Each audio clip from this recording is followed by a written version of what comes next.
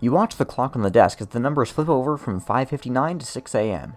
Yay! You survived your first night at Freddy's. All is quiet as you leave the security office and pass through the restaurant.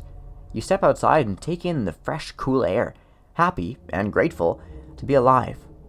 Even the early morning light seems too bright after the darkness of the pizza place. You lose all sense of time in there, since most of the windows are in different parts of the restaurant. There isn't a cloud in the sky. It looks like it's going to be a beautiful day. Too bad you'll have to sleep through most of it once you send Coppelia off to school. And then it won't be long before you're back here for your second night. Who knows what that will bring? You lock up the restaurant, wave goodbye to the sleeping animatronics inside, and head home. When you get home at 6:30 a.m., you wish you could go to bed, but your day isn't over just yet. Now it's time for your second, but more important job, parenting. This one is full-time and pays nil, but you wouldn't have it any other way. However, getting your 11-year-old daughter, Coppelia, up and ready for school is more challenging than anything Freddy Fazbear's Pizza could throw your way. You peek into her bedroom and see her still snoozing peacefully. Books are scattered across her bedspread and on the floor, and an open one lies in her chest, rising and falling with her steady breathing. She was clearly up late last night, reading, as usual. You laugh a little when you see drool in the corner of her mouth and a damp spot in her pillowcase. I wish I had a camera, you think. So you study her a little longer, trying to hold on to this memory for later. You go into the kitchen to make breakfast, intentionally banging pots and pans around as you cook eggs and bacon. You can't help but think of Chica, and you force the thought away. You're off the clock now, and you will not let the animatronics live rent-free in your head. The combination of Coppelia's alarm clock and the aroma of bacon is enough to wake her. She pads out into the kitchen in her rocket ship pajamas, hair a tangled mess, and her face lights up when she sees you. "Missed me, huh?" you say, twirling your spatula.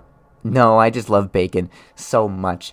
She gives you a hug, and by extension, the person making it for me. You laugh. "But seriously, I missed you," she says. "While you were sleeping?" "Especially then. I never sleep well when you aren't home."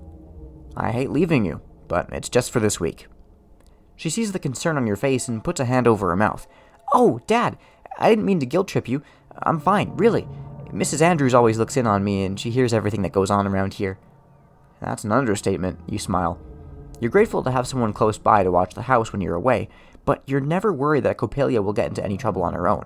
If anything, she's keeping an eye on kindly Mrs. Andrews, who had sadly lost her own daughter at a young age years ago, and has been overprotective of the neighborhood kids since. Coppelia reaches for the tray of cooked bacon. You slap her hand away. You are not getting one slice of bacon until you're dressed for school.